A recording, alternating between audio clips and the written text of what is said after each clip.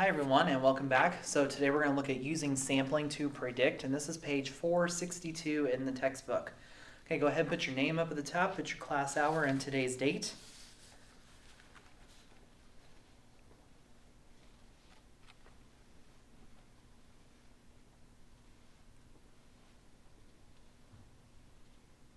All right, let's take a look at the what you'll learn for today. So what are we going to learn? What you'll learn is to identify various sampling techniques.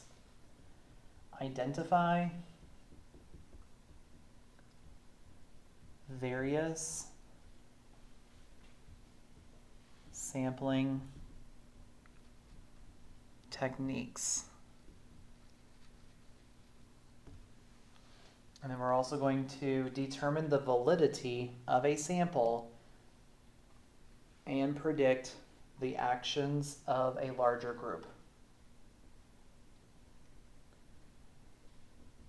Determine the validity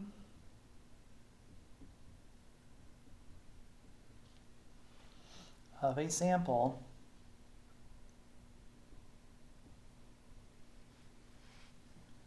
and predict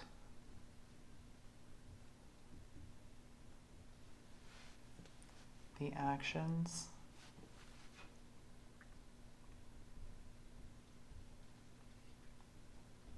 of a larger group.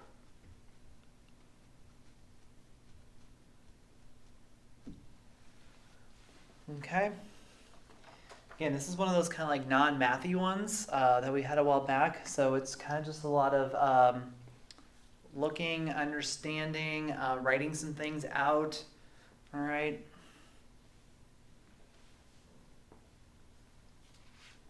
It's going to be just a little bit of math there towards the end whenever we do the larger group setting.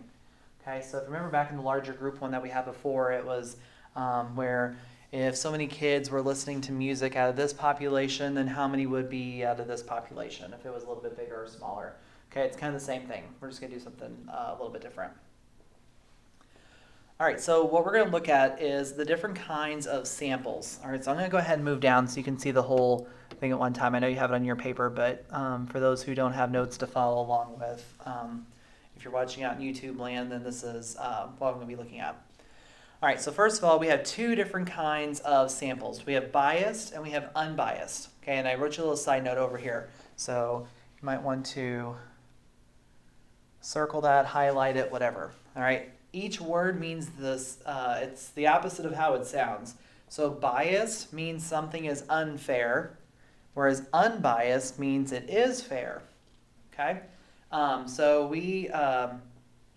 this is, we're at the beginning of 2017 right now. So we just, in my regular class for this year, we talked about the election and polling and that kind of stuff with the Electoral College and which states were leaning a certain way, and we were using samples, right? Okay, well, we learned that obviously some of those samples were wrong. So that's because some of them were biased and we didn't realize it, or some were unbiased and we didn't realize that either. All right, so that's what we're going to look at for today. All right, so let's look at the different sample types. The first one is the easiest one. It's called the simple random sample. So if each item or person in a population is as likely to be chosen as any other, then that means it's unbiased. Okay, simple random, exactly how it is. So it's just randomly picking someone simply, okay, simply randomly picking someone out of a population and asking them questions, okay? And then there's an example over there on the chart. Okay, the next one's called a stratified random sample. So this is a population, or the population's divided into similar non-overlapping groups. A simple random sample is then selected from each group. Okay, so for example, if I want to know something about the whole school, well then I would spread that out into 5th grade, 6th grade, 7th grade, and 8th grade, or whatever your grade levels are. And then from there, we would pick out something, but make sure we pick the same number out of each one. Okay, then we have systematic random sample. This is probably the easiest one to do as well. Okay, stratified is kind of weird. We don't use it too often, but basically it's at a given interval or a time. So the item or people are selected according to a specific time or item interval. So for example, I'm picking every 10th customer. I'm choosing whatever something every 20 minutes, okay? Or every 5 minutes, I'm going to ask whoever is next to me, okay? Meaning it could be anyone and everyone. It's just if they're there, they're there, okay, and so on. So those are the kind of unbiased samples, which are the fair ones. So if you want to add that in over here, okay, these are the fair ones. All right, next we're going to look at the biased samples, which are the unfair. Okay, so these will be unfair.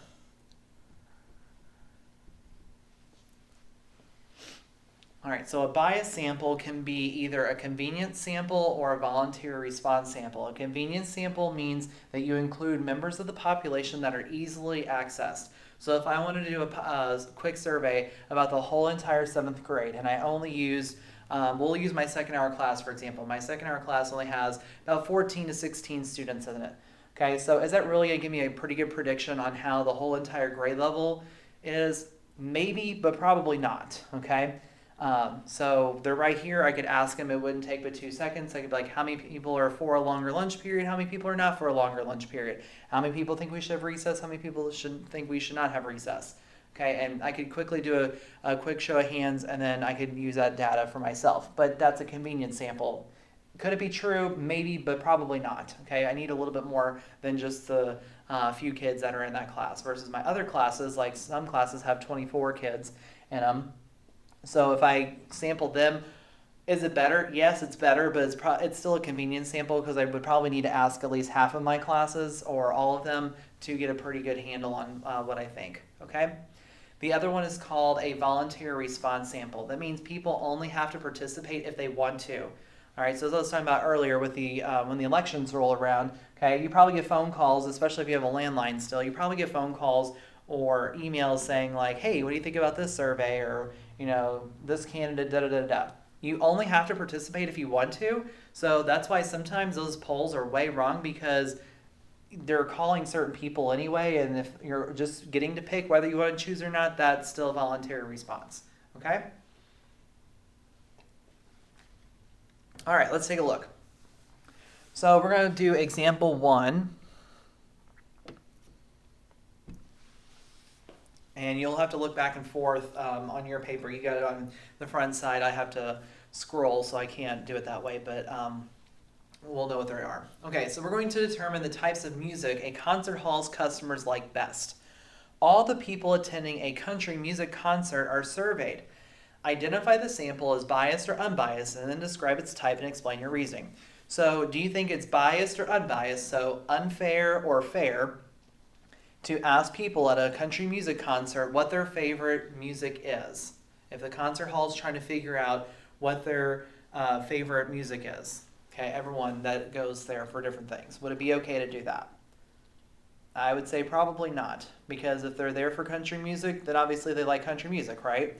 Okay, so then that's what I say. So is it biased or unbiased? Biased means unfair. Unbiased means fair, so that means it's biased.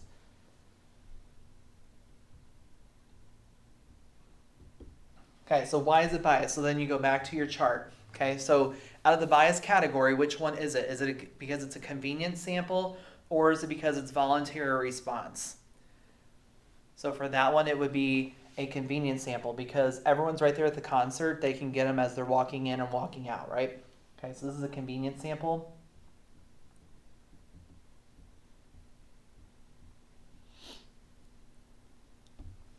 Okay, and then just explain why. So why was this logic happening, right? If they attend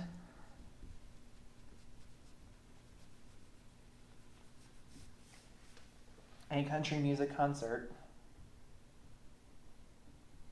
we'll just say country. Let's try to shorten it up a little bit. Let's get it all there. If they attend a country concert, they like country. Okay? So it's kind of like the last lesson that we just had with comparing populations and whatnot. There's really not a lot of math involved. You're just going to tell me about it, okay? So tell me what kind it is, why it's that kind, and then give me a little short explanation, okay? Not a whole lot of writing involved, just a sentence or two, and you're good to go. All right, let's try the guided question by ourselves. And let's take a look. So it says to determine which passengers' carry-on bags are to be inspected, every 8th person to check in will have his or her bags inspected. Identify the sample as biased or unbiased and describe its type, and then explain your reasoning. So is it fair or unfair to select every 8th person? And that would be fair. So this is actually unbiased.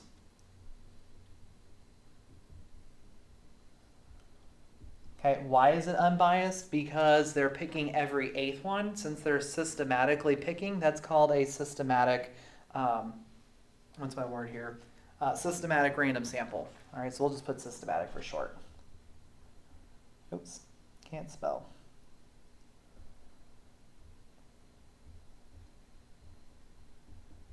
There we go. So it's systematic. Okay, and then explain your reasoning.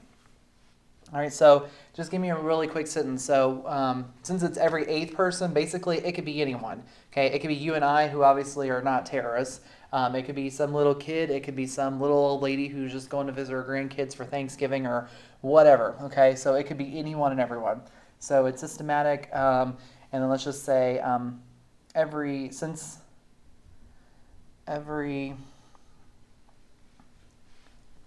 8th person is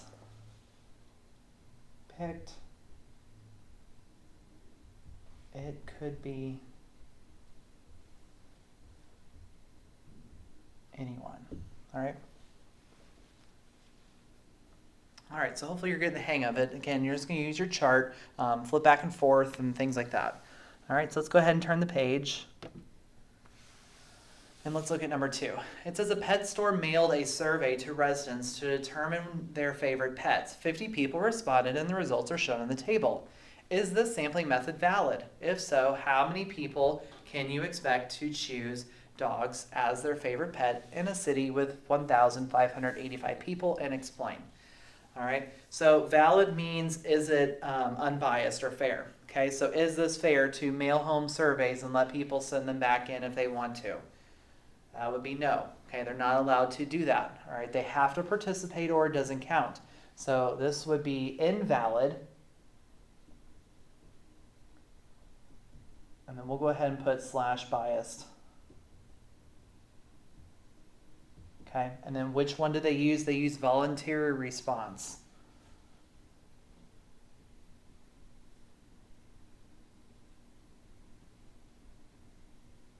Okay, it's a voluntary response sample.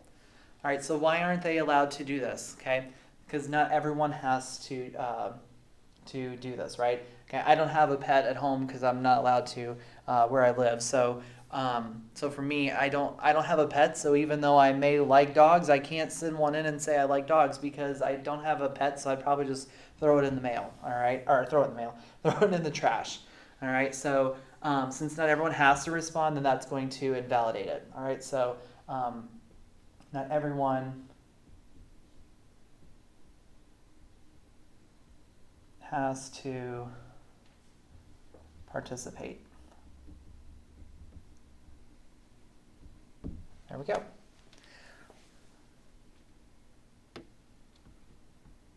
All right, let's try the guided question by ourselves. So go ahead and pause it. And let's take a look. It says, of the 200 watches made, the manufacturer tests the first 15 watches produced for defects. Of the watches, 3 were defective. Is the sampling method valid? If so, about how many out of the 2,000 are defective, and explain. All right, so are we allowed to just grab the first 15 off of the assembly line as they're coming off? No, we can't do that. All right, that would be nice, but we can't do that. All right, so this makes it invalid, which means it's biased. And why is it biased? Because it's a convenience sample. All right, it's a convenience sample. Yeah, it'd be nice just to grab the first 15 off, right? Instead of sitting there counting 1, 2, 3, 4, 1, 2, 3, 4, 1, 2, 3, 4, 1, 2, that would take forever, right? But that's what you have to do, okay? Because you have to figure out if somewhere down the line, because maybe nothing went wrong in the production the first couple of minutes, and then maybe after that, like it ran out of whatever parts go into it, okay? And so we just randomly put in watches that, or it made watches that didn't even have certain parts. So you have to check a little bit of each of the whole batch. All right, so let's see. So we can't just take, let's see, how do I say this? We can't pick the first 15, we'll just say that.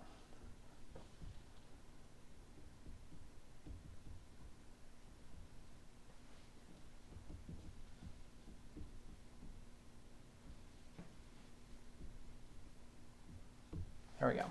Okay, so just a real quick sentence, nothing crazy.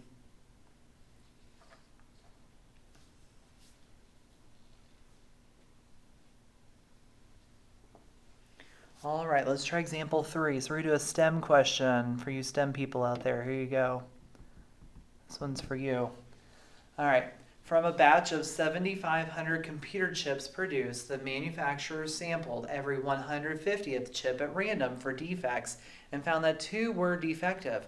Is this sampling method valid? And then if so, find how many of the 750 computer chips you can expect to be defective and explain. All right, so if I'm randomly counting off, all right, can I do that? Yes, this is valid this time.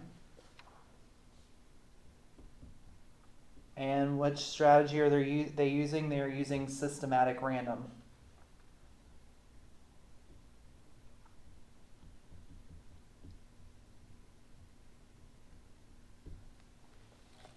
Okay, so now we need to solve this. So it says that out of a batch of 700 or 7,500, they sampled every 150th. And out of those, they found that 2 were defective. So we're going to have to figure out how many chips were actually used here. So we're going to do 7,500. We're going to divide that by 150 to figure out how many chips were actually used on the assembly line then. And that means that we actually use 50. All right? So now we're going to use a proportion. So 2 out of 50 were defective. So how many out of the 7,500 then are defective? Okay, so it's going to be 50x equals, and then 2 times 7,500, so that's 15,000. We'll divide that by 50. And x is 300. So that means 300 defective chips. There we go. So we had 300 defective chips.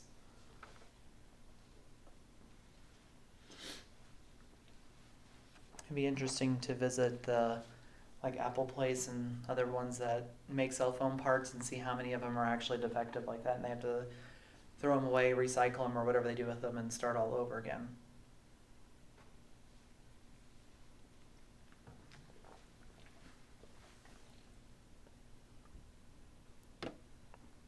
All right, let's do the last one. It says, after finishing their meal, every 5th person that left a restaurant was surveyed about whether they ordered dessert after their meals. Out of 20 people, 12 said yes. Is this sampling method valid? If so, about how many people of the 100 people who had dinner at the restaurant actually ate dessert? Okay, so is this valid? Yes, it is valid. And why? Again, because it's systematic. Oops, cannot spell. There we go. Systematic, random. All right, so let's actually solve this then. So 12 out of 20 people said yes.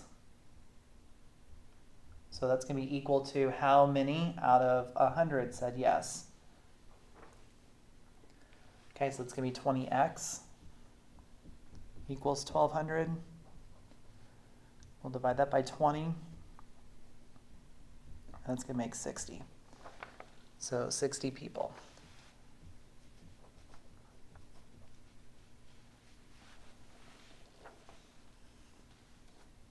And there we go. All right, that's it for today. Thanks for watching, and give me a thumbs up and subscribe if you haven't already. I'd appreciate it. And have a good one. See ya.